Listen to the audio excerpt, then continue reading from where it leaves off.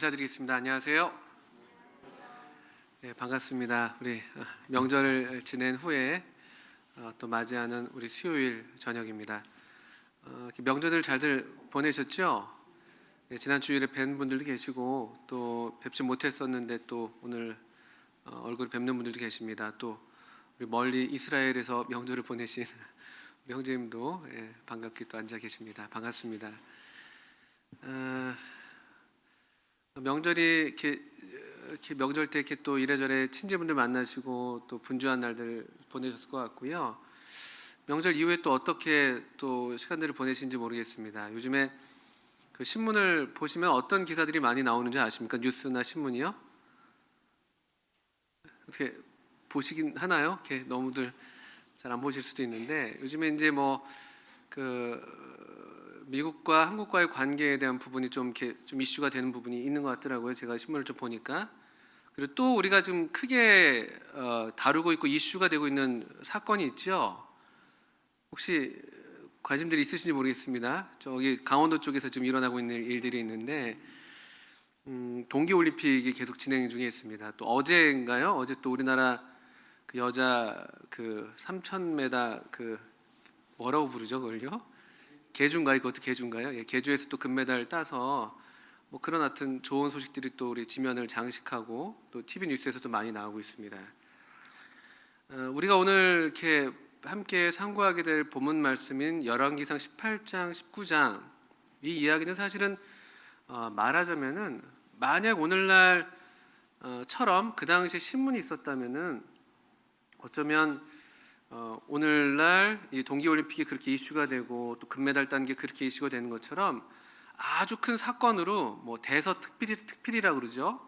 아주 큰 사건으로 이렇게 딱 그 일면을 장식할 만한 그런 놀라운 사건이 기록된 장입니다. 성경에 뭐 100대 사건을 어느 출판사에서 꼽았는데 그 중에 당당히 들어가 있는 그런 사건이기도 하고요. 어려서부터 주일학교에서나 또는 뭐 우리가 계속 자라오면서 많이 들어왔던 아주 참 흥미진진하고 재미있는 그런 이야기 또 그런 실제 사건을 기록하고 있습니다. 창세기 18장, 19장은 아시는 것처럼 아합, 우리 17장에서 계속 이어지고 있는 바와 같이 이스라엘의 악한 왕 아합 그리고 이 아합을 대적하고 있는 우리 편 하나님의 사람 선지자 엘리야 이 중요한 두 인물 간에 또 이 아합을 대신해서 또 이 선지자를 대적하고 있었던 그 바알의 선지자들과의 아주 유명한 대결을 다루고 있는 그런 사건이죠. 그 사건은 사실은 18장 16절 이후로 18장 40절까지 기록되어 있는 갈멜산에서의 전투입니다. 우리 성경 본문의 기록을 따르면 1대 1명대 450명 1당백을 넘어서 1명대 450명의 대결이죠. 사실은 엘리야는 이렇게 850명을 불러냈었는데 어찌된 이유인지 그 실제로 갈멜산에 올라온 그 바알 선지자와 아세라 선지자 중에서 바알 선지자만 올라와서 기록됐는지 450명만 기록이 되어 있습니다. 그것이 이제 18장 20절 이후에 실제 그 대결의 장면이 있습니다. 아합과 엘리야 또는 엘리야와 450명의 바알 선지자들의 대결이 이를테면 탑뉴스죠. 이것이 이제 일면 기사입니다. 그런데 그 일면 기사를 시작하기 전에 먼저 초반부에는 뜻밖의 인물, 이 사건과 관련된 뜻밖의 인물이 먼저 거론이 되고 있습니다. 그가 오바댜라는 사람이 있는데요. 18장 3절 이후를 먼저 보시게 되면요. 한 3년여간 아합 왕을 떠나서 숨어 있었던 뭐 그릿 시냇가에서 머물다가 또 사르밧 과부의 집에서 머물던 그 엘리야, 그 엘리야를 이제 다시 하나님께서 부르시고 그로 아합 왕에게 보내시는 그 장면 어간에 3절에 오바댜라는 사람이 나옵니다. 왜 우리 계속 올림픽 말씀을 드려서 좀 죄송합니다만 금메달리스트가 이제 딱 나오면은 그분이 이제 주로 이제 하이라이트를 받게 되죠. 그런데 이제 옆에 뭐 곁다리 기사로 뭐 뭐 아무개가 있기까지 뭐 그를 있게 한 뭐 조력자 뭐 내지는 뭐 그의 뭐 스승님 뭐 이런 얘기 나오더라고요. 우리나라 그 남자 아이스하키 감독 백지선 감독이라고 되어 있는데 그분을 뭐 까까머리 때부터 길러냈던 뭐 또 어르신 이야기도 나오기도 하고 그런 것처럼 이렇게 곁다리로 나오는 것처럼 이 아합과 이 엘리야의 커다란 사건 이 앞서서 먼저 오바댜를 이렇게 소개를 하고 있어요. 3절에 보니까 이 시대에 이런 사람이 있었다는 게 참 놀랍습니다. 아합이 왕국 맡은 자 오바댜를 불렀으니 이 오바댜는 여호와를 지극히 경외하는 자라. 뜻밖의 인물이죠. 오바댜. 구약 성경 그 선지서 오바댜를 기록한 그 사람과는 별개의 인물입니다. 여기 동명이인이죠. 그런데 이 악한 왕, 정말 이스라엘 그 역사 가운데 참 정말 그 뭐 최악의 왕이죠. 최악의 왕. 뭐 전무후무한 이 악한 왕의 이 왕실에 그 왕궁 살림을 맡은 사람 중에 오바댜라는 하나님을 경외하는 사람이 있었다는 게 참 놀랍습니다.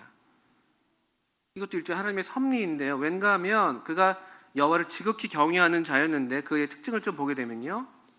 그러니까 이 아주 위태로운 시절이었거든요. 이세벨이 4절입니다. 여호와의 선지자들이 멸할 때 오바댜가 선지자 100명을 가지고 50명씩 굴에 숨기고 떡과 물을 먹였더라. 이 3년 6개월 또는 뭐 3년여간의 아주 극심한 기근, 대개 이제 그 왕정시대 때 어떤 기근이 발생하면 이런 국가적인 기근이 발생하면은 우리나라 조선시대 때도 그러지 않았습니까? 어떤 뭐 왕실의 무슨 부덕함 또는 뭐 어떤 뭐 문제가 되는 뭐 사건이나 이런 것들이 처리가 되지 않아서 하늘이 노하신 거야. 뭐 이런 식으로 이제 해석하면서 뭔가 비를 관장하는 신을 달래고 또 그에게 비를 구하는 그런 모양으로 뭐 제사를 드린다든지 기우제죠. 또는 어떤 뭐 반대되는 세력들을 이렇게 숙청한다든지 그런 일들이 있었습니다. 어쩌면 그 이세벨이 이 지극한 아주 극심한 이런 기근 가운데 이 기근의 원인으로서 우리는 바알신을 섬기고 있는데 저기 저 여호와 하나님을 섬긴다는 저 사람들 때문에 그런 걸지도 몰라 이런 식으로 일종의 기우의 마음으로 여기 선지자들을 멸했던 것 같아요. 그런데 그때 오바댜라는 이 사람이 이 하나님의 선지자들을 100명을 숨기는 그런 일들을 했던 기록을 여기다 남겨두고 있습니다. 뜻밖의 인물이죠. 그래서 여기서 우리 하나 좀 이 오바댜를 통해서 배울 수 있는 교훈들이 있습니다.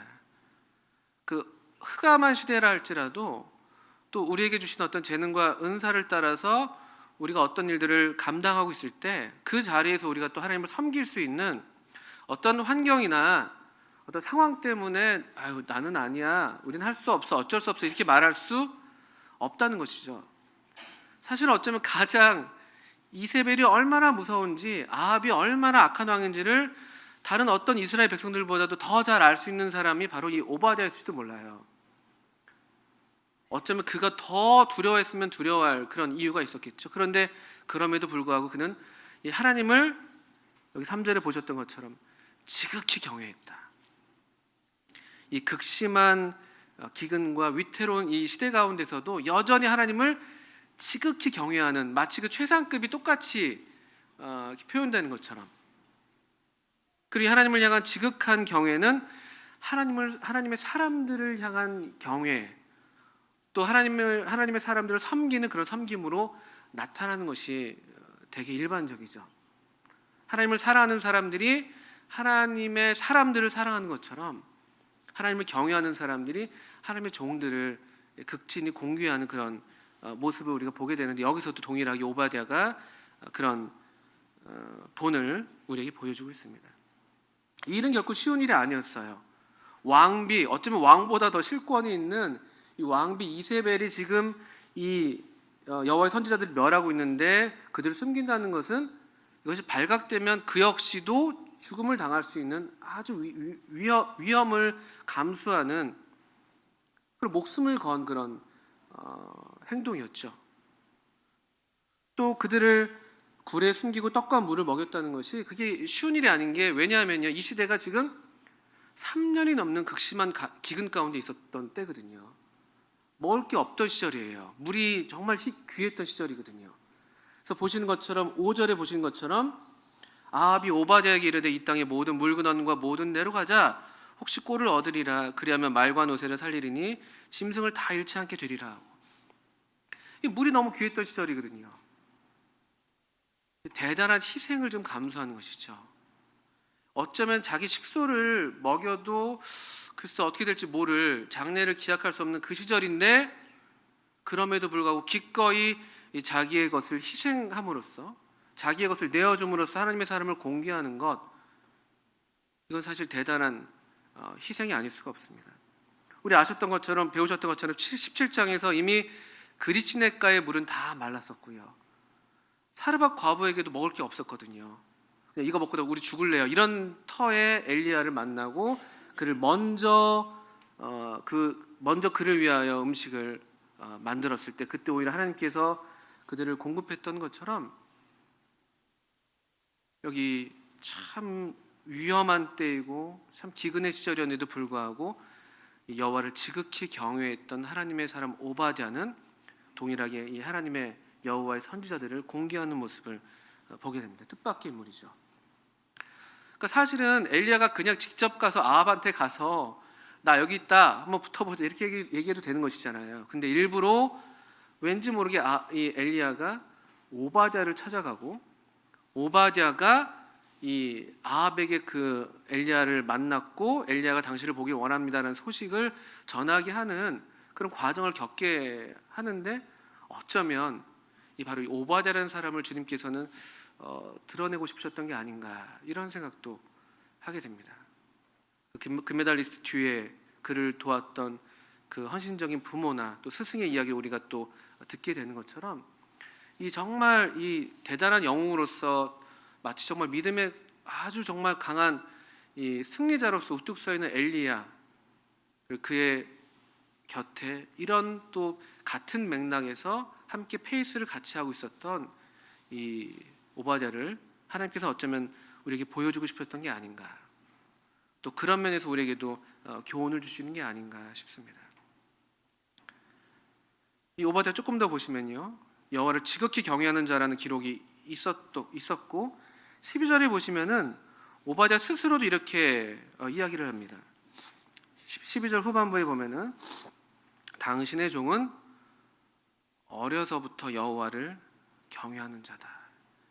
참 대단한 고백이 아닐 수가 없죠. 어려서부터 여호와를 경외한다. 저도 그렇게 하지 못했던 참 후회 가운데 남아있는 것 중에 하나가, 나도 어려서 좀 더 일찍 더 하나님을 이렇게 사랑하고 섬기기를 택할 걸, 이런 후회가 있는데요. 또 우리 자녀들을 향해서도 이런 바람이 있는데, 여기 오바댜, 그가 엘리야에 비해서는 뭐 어떻게 보면 약해 보이는 인물처럼 보일 수 있지만, 그러나 그는 여전히 그 역시도 이 흑암한 때에 그 빛나는 믿음을 소유하고 있었던 한 작은 빛을 소유하고 있었지만 너무나 선명하게도 빛나고 있는, 어려서부터 그 빛을 간직하고 그 빛을 잘 간수하고 있었던, 꺼지지 않는 불빛을 소유하고 있었던 이 한 사람을 우리가 보게 됩니다. 우리는 대개 엘리야의 이야기 때문에 오바댜를 이렇게 잘 보지 못할 때가 있는데, 하나님께서는 동일하게 엘리야 이야기에 앞서서, 또 우리가 잘 알려진 이 위대한 승리에 앞서서 오바댜를 기록하시는 일을 잊지 않으셨습니다. 반면에 이 아합은 여전한 인물입니다. 오바댜가 뜻밖의 인물이었다면은 아합은 여전한 인물입니다. 17장, 16장 후반절부터 등장했던 이 아합은 여전히 아주 악한 왕으로 기록되고 있는데, 이를테면 아까 우리 5절을 읽으셨는데 극심한 기근의 때이지 않습니까? 물이 귀한 때예요. 근데 그가 물을 찾는 이유가 있습니다. 왜 물을 찾는다고 기록이 되어 있습니까? 누구를 염려하고 있죠? 말과 노새를 살리겠다. 백성들의 안위에, 지금 저 사르밧 과부처럼 오늘 먹고 죽을 사람들이 있고 지금 다들 막 헐떡이고 있는데, 그 물 얻어다가 뭐 그게 아무리 좋게 얘기해도 뭐 국방이 쓰이니까 이 병거를 유지하기 위해서라고 얘기한다 할지라도, 이 사람보다 이 짐승에게 관심이 가 있는 그런 모습이 아닌가. 그러면서 얼마나 오바댜와 대조가 되고 있는지, 오바댜는 어떻게 해서든 자기의 이 음식과 떡과 물을 가지고서라도 이 하나님의 사람들을 먹일 생각을 하고 있는데, 이 정말 이 왕이라는 사람이 이 백성들의 안위보다도 이 짐승들의 관심을 먼저 갖고 있는 게 아닌가, 이런 생각을 하게 됩니다. 이제 마침내 아합이 엘리야를 만나게 됐을 때 17절입니다. 엘리야한테 이렇게 얘기하죠. 엘리야를 볼 때 아합이 그에게 이르되 이스라엘을 괴롭게 하는 자여 너냐? 이게 지금 이 기근, 이 괴로움이 누구 때문에 온 것입니까? 이것은 하나님의 심판입니다. 아합을 대표로 해서 아합을 따라서 하나님을 떠나서 바알을 섬기고 있었던 이스라엘 백성을 향한 하나님의 심판으로서, 이 준엄한 심판으로서 주어진 것임을 우리가 17장에서 분명히 알고 있는데, 그 메시지를 전한 이 엘리야에게 오히려 문제의 원인을 좀 돌리고 있는 것이죠. 이게 전형적인 악인의 모습이죠. 또 이게 어떤 면에서 우리들의 모습이기도 합니다. 상황이 안 좋거나 또는 불리할 때, 그럴 때 되게 우리들이 그 원인, 그 이유에 있어서 되게 다른 사람을 이렇게 찾기가 쉽죠. 그 어떤 전형적인 죄의 현상이지 않습니까? 그 아담과 하와 때부터 그랬던 것처럼. 그러니까 저 역시도 이런 모습을 갖고 있는데, 여기 이 아합은 여전히 아주 전형적인 죄인으로서 그냥 이 문제의 원인을 자기 자신이 아니라 남에게서 찾고 있는 그런 모습을 보게 되죠. 얼마나 참 이 오바댜는 대조적인 그런 모습인지 우리가 이제 먼저 보게 됩니다. 이제 두 번째, 이 정말 탑뉴스라고 할 수 있는 이제 대결의 장면을 우리가 16절 이후로부터 보게 되는데요. 여기는 이제 등장인물이 여러분 보신 것처럼, 또 미리 말씀드렸던 것처럼 엘리야, 그리고 450명의 바알 선지자, 또는 여기 정확히 있었는지 안 있었는지는 기록이 나와 있지는 않습니다만 400명의 또 아세라 선지자가 있었다면 그들, 그리고 이스라엘 백성들이 여기 있었습니다. 그리고 아합이 있었습니다. 이 엘리야가 대단한 담력을 갖고 이 아합의 잘못을 먼저 통책합니다. 이 18절에서 이 기근의 일은 나 때문이 아니라, 내가 이스라엘을 괴롭게 한 게 아니라 당신이 또 당신의 아버지의 집이 괴롭게 한 것이다. 왜? 당신이 여호와의 명령을 버렸고 바알들을 따랐기 때문이다. 이렇게 정확하게 문제를 지적해 주면서 이제 아주 대담한 도전을 합니다. 19절에 나오죠. 사람을 보내 온 이스라엘과 이세벨의 상에서 먹는 바알의 선지자 450명, 아세라의 선지자 400명을 갈멜산으로 모아 내게로 나오게 하소서. 왜 이 대결을 바알 선지자가 아니라 엘리야가 청했을까요? 이거를 대단히 위험한 모험이지 않습니까? 우리 이렇게 우스갯소리로 남자들 내가 18명 1대 18로 싸울 때 이런 얘기 하잖아요. 여기 1대 지금 450, 850이거든요. 사실은요. 850 다 오라는 거예요. 그냥 한 명 1대1로 싸워서 이기면 그냥 조금 싸우나 보다 이 정도 하지 않습니까? 근데 1대 몇 명을 하면 엄청나네 이런 거잖아요. 근데 여기 1대 850입니다. 왜 이런 대결을 택했고 이 대결을 걸었고 어디서 이런 담력이 나왔을까요? 엘리야는 정말 그렇게 자신의 힘이 세다는 것을 좀 입증하려고 했던 것일까요? 이건 정말 무모한 짓이죠. 어떻게 이렇게 할 수가 있었는가라는 것인데요. 우리가 앞서 17장에서도 쭉 봤던 것처럼 이미 엘리야는 갑자기 호련히 등장했던 그의 출신이나 배경 우리가 다 알 수가 없습니다. 그냥 디셉 사람 엘리야, 그 부모가 어떠했는지 우리가 다 알지 못해요. 길르앗에 우거했던, 잘 알지 못한 어느 순간 호련히 등장했던 하나님의 사람인데, 그래도 우리가 알 수 있는 것은 17장에 보시는 것처럼 한 3년여 동안 이 믿음의 훈련, 그를 먹이시는 하나님, 이 기근의 때에 정말 소망이 없어 보이는 이때 또 가장 연약한 사르밧 과부에게로부터 이 공급을 받게 하심으로, 또 까마귀로부터 공급을 받게 하심으로 이 전능하신 하나님을 그가 경험해서 알고 있었습니다. 그리고 이 당시 이스라엘 이 아합과 이 이세벨을 따랐던 이스라엘 백성들이 이 섬기고 있었던 바알, 또 바알의 뭐 아내로 여겨졌던 여신 아세라 등등 이 가나안의 이 여러 신들을 보면서 이 그 마음 가운데 이 뭐랄까 이 애통하는 그런 심령, 그리고 그가 경험으로 알고 있는 이 능하신 하나님, 더 이상 하나님의 백성이 이와 같이 우상에게 끌려다니게 해서는 안 된다는 이 결연한 의지, 이와 같은 것들이 그로 분연히 일어나게 했던 것이 아닌가. 이 말씀은 사실은 하나님께서 명하신 말씀은 아니에요. 하나님은 그냥 너는 아합에게로 가라, 내가 비를 지면에 내리리라, 이런 말씀만 하셨어요. 그냥 아합에게 가라는. 직접적으로 하나님께서 너 가서 이 선지자들 불러내가지고 한번 붙어, 이렇게 명하신 게 기록에는 없습니다, 사실은요. 근데 그 마음 가운데 그 애통하고 또 통분히 여기는 그와 같은 마음을 따라서 이 능하신 하나님을 마침내 다시 이스라엘 백성들에게 되돌려줘야겠다. 이 하나님의 백성들에게 있어서 하나님은 과연 하나님이시구나라는 그와 같은 고백과 그와 같은 회개가 반드시 있어야만 된다는 그 마음의 커다란 짐을 느꼈던 것이 아닐까요? 그리고 참신, 이 이스라엘 백성들이 다 미혹을 받아서 바알을 따르고 있는데 이 참되신 하나님은 이 여호와 하나님이라는 것을 그는 증명해 보이고 싶었던 것이었겠습니다. 그가 섬겼던 하나님은 이런 분입니다. 18장 15절에 엘리야가 이렇게 얘기합니다. 나는 아합을 두려워하지 않는다고 얘기하면서 엘리야가 이르되 내가 섬기는 만군의 여호와께서 살아계심을 두고 맹세하노니 내가 오늘 아합에게 보이리라. 엘리야가 섬기는 하나님은 만군의 여호와였습니다. 그는 이렇게 고백하는데 전혀 주저함이 없었고 이 고백이 그냥 입술로 끝난 게 아니었어요. 이 만군의 하나님 여호와가 여기 계신데 이 하나님을 버리고 헛된 신들을, 아무것도 아닌 우상들을 따르고 있는 이 하나님의 백성들을 볼 때 그 마음에 거룩한 분노가 있었던 것이 아닌가. 그래서 이 싸움을 겁니다. 이 대결을 그가 주도해서 만들어냅니다.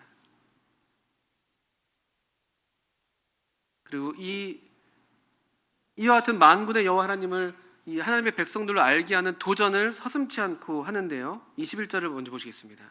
이제 갈멜산으로 선지자들이 이제 모여왔습니다.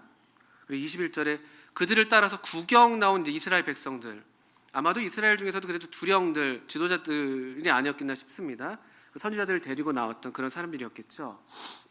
엘리야가 모든 백성에게 가까이 나가 이르되 21절입니다. 너희가 어느 때까지 둘 사이에서 머뭇머뭇하려느냐? 여호와가 만일 하나님이면 그를 따르고 바알이 만일 하나님이면 그를 따를지니라 하니 백성이 근데 말 한마디도 대답하지 않습니다. 그들의 상태였습니다. 사실 이 바알 숭배는 아합 왕 때 들어왔던 것이에요.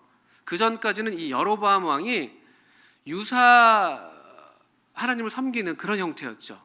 다른 신을 섬긴 건 아니었습니다. 하나님을 섬긴다고 하지만 그것이 금송아지였고 또 하나님의 이 제사장들을 세웠다고 했지만 하나님께서 명하신 제사장들이 아닌 자기가 세운 제사장들이었지 사실 완전히 이방신은 아니었거든요. 네, 슬금슬금 아합이 그 아내 이세벨을 따라서 바알신을 드렸습니다. 이스라엘 백성들은 그것을 아주 처음에 어땠는지 모르지만 너무나 자연스럽게 받아들이고 있었던 것이죠.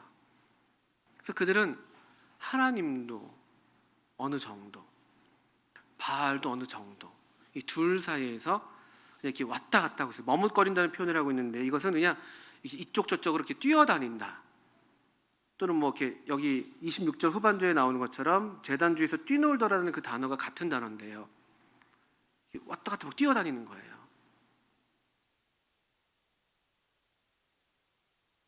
이게 그 당시 이스라엘의 문제였습니다. 그 당시 하나님의 백성들의 문제였습니다. 동일하게 어쩌면 오늘날 하나님의 백성들은 우리들의 문제일 수도 있습니다. 바알은 무엇인가? 하나님이 여호와가 하나님이면 하나님만 섬길 것이지 또 바알이 하나님이면 그냥 그를 따르면 되지 왜 이 둘을 다 섬기려고 하는가? 가나안에 주신 바알은 풍요의 신이었습니다. 농경신. 목축을 하던 이스라엘 백성이 이제 가나안 땅에 들어왔는데 여기 보니까 이 땅이 좋거든요. 천수답이죠. 뭐 젖과 꿀이 흐르는 땅이라고 되어 있고 그 풍성한 수확을 그들이 보았고 부요를 받습니다. 부요를. 그리고 이 바알 신은 이 풍요의 신이었기 때문에 이 작물로 풍성하게 수확을 하게 하는 이 비를 관장하는 신이었거든요. 하나님의 백성이 하나님만 섬기는 것이 아니라 이 부요를 맛보는 것이죠. 물질을 맛보는 것이죠. 물질이 얼마나 좋은지 필요하죠. 재물이 필요하죠. 우리 주님을 섬기는데 필요합니다.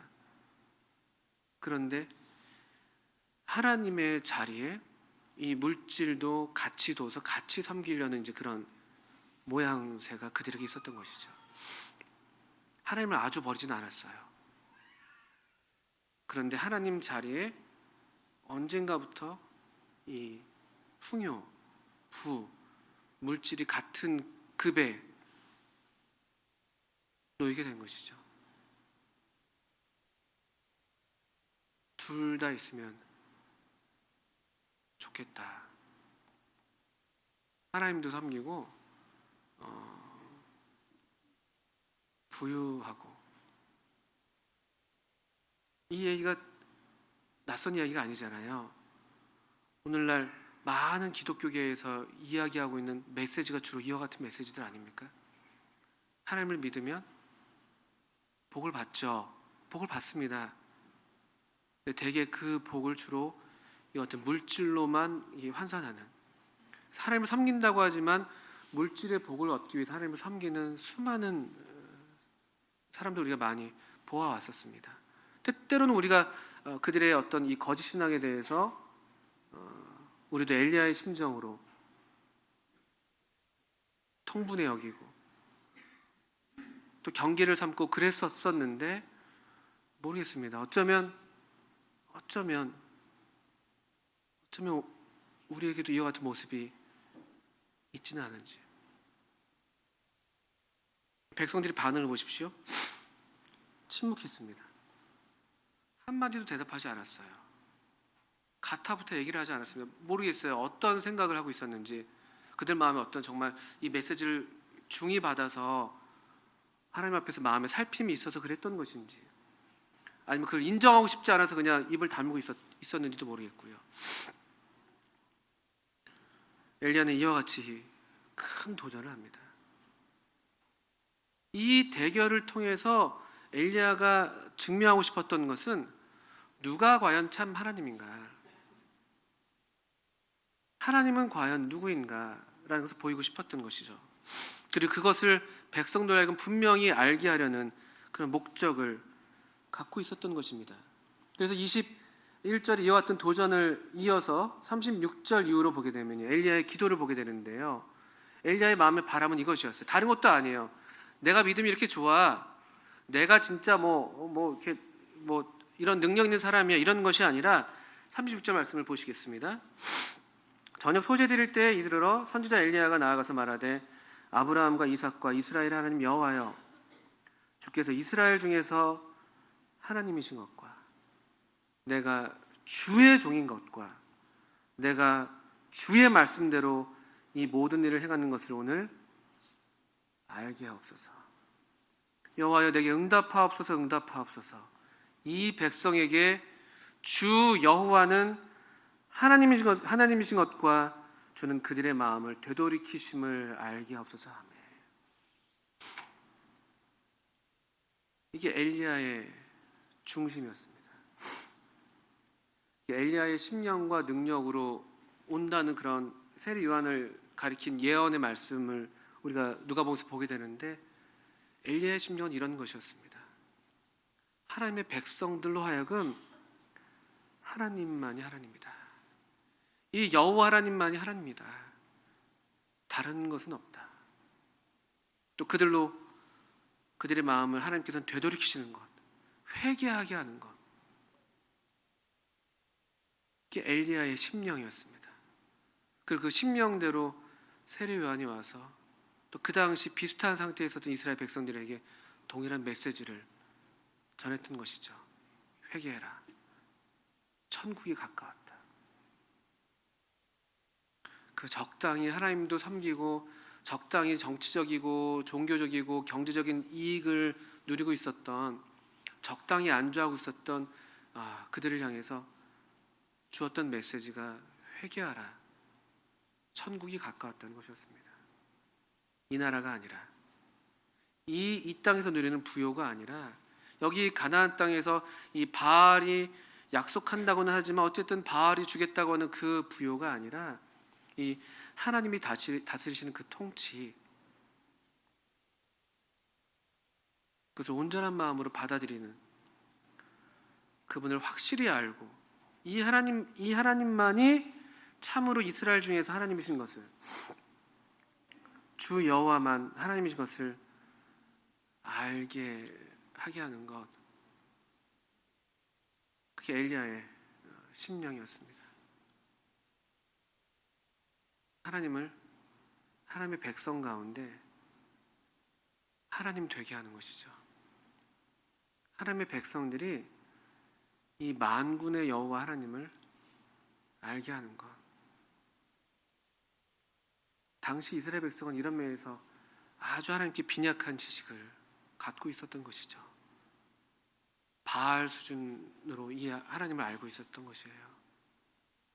어쩌면 바알보다도 못한 수준으로. 그런 면에서 오늘날 우리가 하나님을 알고 있는 그 지식은 과연 그들과 얼마나 다를 것인가? 나는 과연 하나님을 하나님으로 알고 있는가?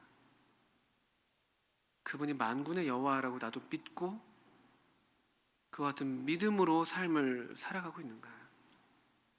여전히 주변에서 이 수많은 사람들이 바알을 섬기고 있는 이 풍요의 땅, 이 가나안 땅에 있음에도 그 수많은 유혹들 속에서도 하나님만이 우리 하나님이라고 굳건히 믿음을 지키고 살고 있는가? 내가 비록 여기 이세벨의 상에서 먹지는 못할지라도 내가 그 시냇물을 먹고 과부로부터 겨우 그냥 박한 음식을 겨우겨우 먹는 수준이라 할지라도 하나님의 사람으로 내가 살 것인가? 이 선택 기로 앞에 항상 우리는 있습니다. 보십시오. 19절에 이세벨의 상에서 먹는 바알의 선지자가 있었던 반면에 17장에서는 이 하나님의 선지자 엘리야는 과부로부터 떡을 얻어먹고 있었습니다. 또 하나님의 선지자들은 이 암흑한 때 그 이세벨의 상이 아니라 굴 속에서 오바댜가 겨우겨우 내주고 있었던 그 떡과 물을 먹으면서 연명하고 있었고요. 그러니까 그럴지라도 하나님께 속한 사람으로 남을 것인가? 아니면 다들 그렇게 하니까 이 풍요의 상에서 나도 좀 한 숟가락 놓고 같이 좀 한 숟가락 얻어 먹으면 그게 뭐 어떤가? 이제 그러는 순간, 우리 마음이 그렇게 기우는 순간 우리는 어쩌면 이세벨의 상에서 거기서 기웃기웃하면서 뭔가 떨어지는 게 없나 하는 그런 삶을 하는 모습일 수도 있다는 것이죠. 이 먹는 문제는 이 열왕기상에서 특별히 우리 본문에서 대단히 많이 등장하는 지금 장면이에요. 또 실제로 19장에서도 마찬가지거든요. 이 이세벨의 위협으로부터 도망간 엘리야가 먹었던 것이 하나님의 이 여호와의 천사가 와서 그에게 떡과 구운 떡과 한 병 물을 먹였거든요. 어디에서 먹냐는 것이죠. 어디에서? 누구로부터 먹을 것인가? 가나안은 항상 그러면서 우리에게 유혹입니다. 하나님으로부터 먹을 것인가? 그것이 당장 내 육신을 완전하게 만족하는, 우리의 육신의 어떤 그런 정욕을 다 만족해 하는 게 아니라 할지라도 하나님께서 주시는 것만 먹기로 할 것인가? 아니면 일단 배고프니까 여기서도 먹고 저기서도 먹고, 일단 배고프니까 장자의 명분이 뭐 대수야, 팥죽에다 내다 팔고 먹고, 일단 좋아 보이니까 그 왕의 상에 나오는 그 진미를 먹을 것인가?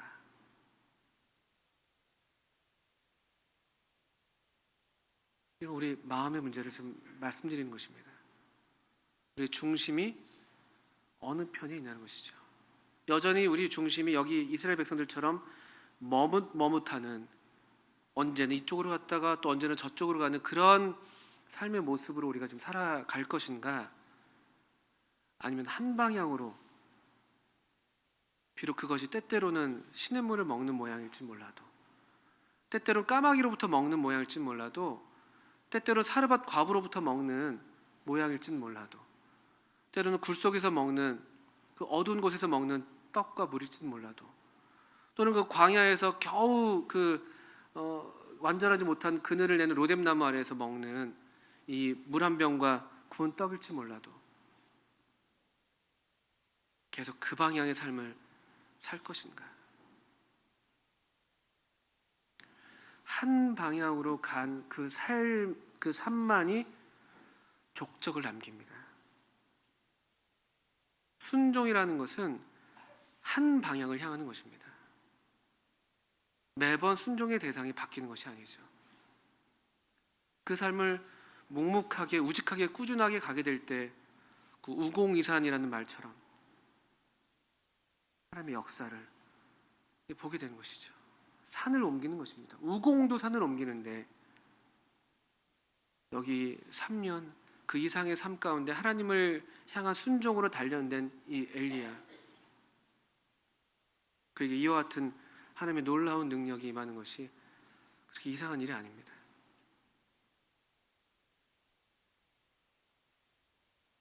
이러면서 저 역시도 큰 도전을 받게 되는 것이죠. 오늘날 이와 같은 이 흑암한 시대를 우리가 살고 있다고 다 얘기하고 있습니다. 이 흑암이 얼마나 깊은지 우리 삶 속에서 우리도 모르는 사이 배어 있잖아요. 사실은요. 제 삶을 찔러봐도 제 삶에서 이런 물질주의가 배어 나옵니다. 여길 건드려도 그런 것들이 그냥 나오기가 쉽죠. 이런 암흑한 시대에 살고 있는데 오늘날 엘리야 같은 사람은 어디 있냐는 것이죠.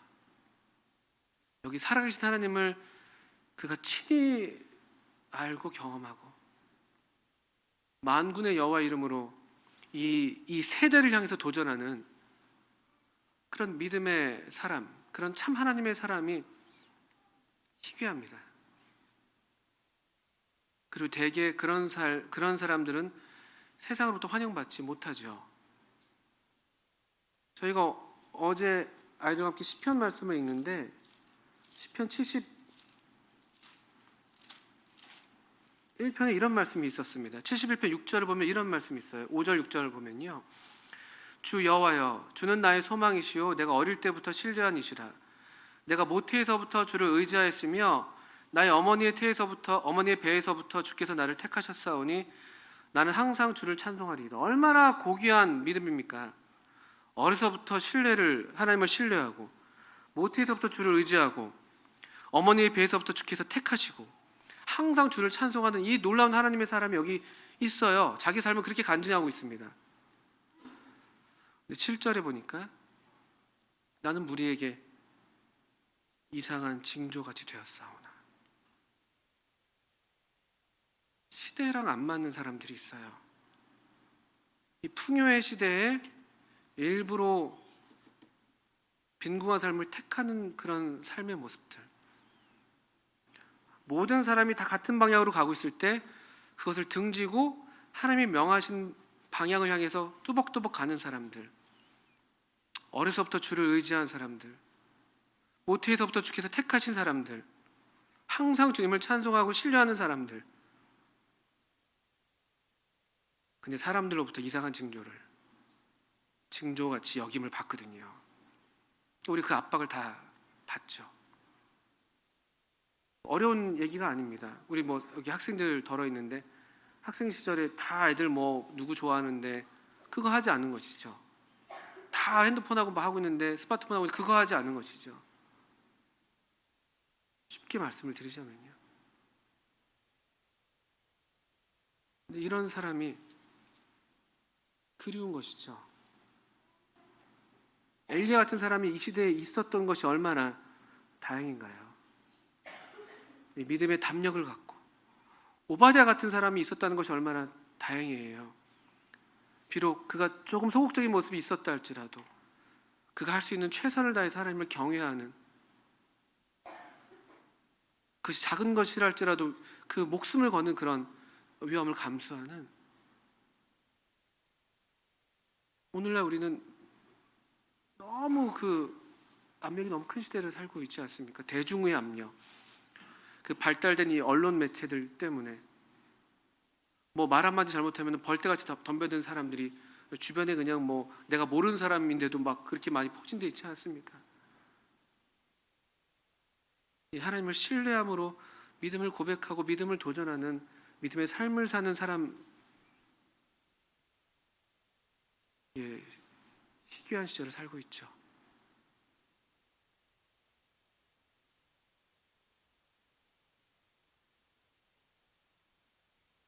열왕기상 18장은 이 하나님의 사람 엘리야를 가장 극적인 모습으로 하나님께서 보여주십니다. 그것은 엘리야를 높이기 위한 것이 아니라 엘리야의 그 기도가 우리에게 알려주는 것처럼 하나님만이 진짜 하나님이다. 하나님 말고 또 다른 것을 함께 추구할 것인가? 그때로부터 이미 타락이 시작되는 것입니다.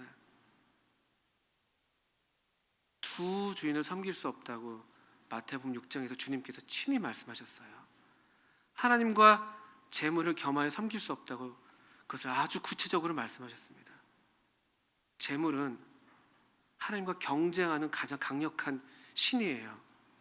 이때도 그랬고 풍요의 신 바알이 그랬던 것처럼 오늘날도 마찬가지일 겁니다. 더 안락한 삶들을 추구하잖아요.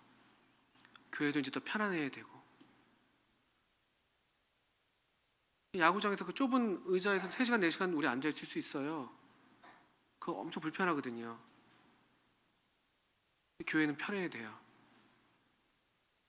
뭔가 더 우리의 어떤 방향이, 우리의 어떤 이 중심을 말씀드린다고 해서 말씀을 드리는데요, 어디를 향하고 있는가? 둘 사이에서 계속 왔다 갔다 하는가? 거기서 침묵하면서 이 도전 앞에서 여전히 마음을 정하지 못하고 침묵하고 계속 추위를 관망만 할 것인가? 이들이 그랬거든요. 그래서 이 엘리야가 불로 응답하는 신이 그가 하나님이야 라고 하니까 그제서야 백성들이 그 말이 좋다. 눈으로 보고 싶은 거죠. 눈으로. 시각적인 그냥 보이는 것으로 행하는 그 정도의 믿음. 마침내 불로 하나님께서 응답하시니까 그제서야 뭐 시키지도 않아도 막 여호와는 하나님이십니다 엎드리고 막 경배하는데요. 그들의 믿음이 과연 참 믿음이었는지는 또 알 수 없습니다. 북왕국 이스라엘은 여전히 이 같은 하나님의 사람이 있었음에도 계속 어두웠습니다. 그리고 이 열왕기상에서 이 12장 이후에 분열 왕국 이후로 가장 많은 분량을 차지하고 있는 왕의 이야기는 이 아합의 이야기예요. 그리고 6장에 걸쳐서 긴 이야기를 우리에게 들려줍니다.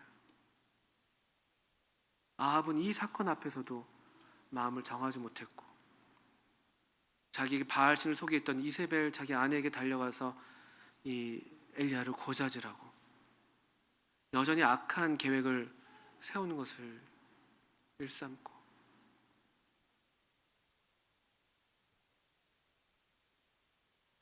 어찌 할 것이냐는 것이죠. 만일 우리가 이 같은 하나님의 말씀 앞에서 우리도 올바르게 응답하지 않는다면은 우리의 장래가 어떻게 될 것인가? 하나님께서 참고 참으시고 오래 참으시고 오래 참으셨지만 결국 이 북왕국 이스라엘을 한 300년, 한 270, 80년 만에 결국은 멸하실 수밖에 없었습니다. 이 하나님의 사람들이 이렇게 빛을 밝혔음에도 정말 상징적으로 하나님께서 그 불로서 응답하시는 그 같은 모습을 보이셨음에도 이 완고한 아합 왕은 돌아서지 않았고, 이 이스라엘 백성들도 그때는 어땠는지 모르지만 여전히 또 어두운 길을 따라서 가는 모습을 보게 됩니다. 생각하게 되는 것이죠. 그리고 언젠가 우리의 인생이 하나님 앞에서 어떤 모양으로 기록이 될 텐데, 이 하나님의 신문이 있다면은 우리는 어떤 내용으로서 기록될 것인가? 우리가 사람들 눈에 띄지는 않았다 할지라도 이게 오바댜처럼 그런 인생으로 기록될 것인가? 지극히 하나님을 경외하는 사람으로, 어려서부터 하나님을 경외하는 사람으로, 하나님의 사람들을 섬긴 그 귀한 섬김의 주인공으로 기록될 것인가? 또는 이게 엘리야처럼 정말 혜성같이 등장한 하나님의 이 빛을 짊어진 그런 사람으로 기록될 것인가? 또는 이 하나님의 이 빛 앞에서, 하나님의 메시지 앞에서 올바르게 반응한 하나님의 백성으로 기록될 것인가?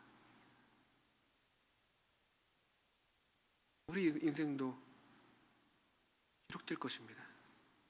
아니면 여전히 둘 사이에서 그냥 왔다 갔다 하는 머뭇머뭇하는 정함이 없는 삶을 살 것인가? 두 마음을 품은, 하나님께서 그 기도를 응답하지 않는 그런 삶으로 마감될 것인가? 우리 모두가 이 하나님 말씀 앞에서 성령께서 도우심을 힘입어서 또 저 자신도 바르게 반응할 수 있기를, 또 그렇게 응답할 수 있기를, 또 그런 마음의 정함이 있기를 기도하게 됩니다. 함께 기도하시겠습니다.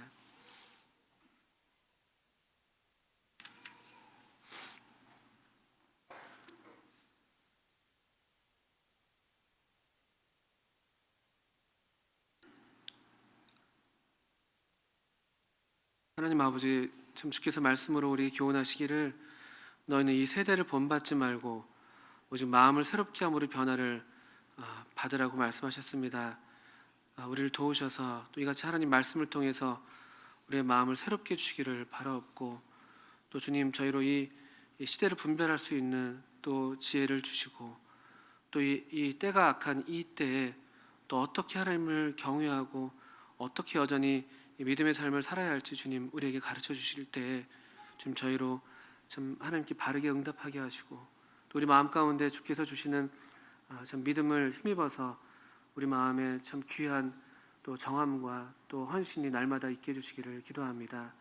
연약한 저희들을 도우시고, 또 저희들을 통해서도 또 주님 계속 하나님이 참으로 살아계신 하나님이신 것을, 하나님만이 유일한 하나님이신 것을 나타내셔서 주님께서 영광 받으시기를 원합니다. 모든 기도와 간구를 우리 주님 예수님의 이름으로 하나님 아버지께 감사하며 기도합니다. 아멘. 네, 감사합니다.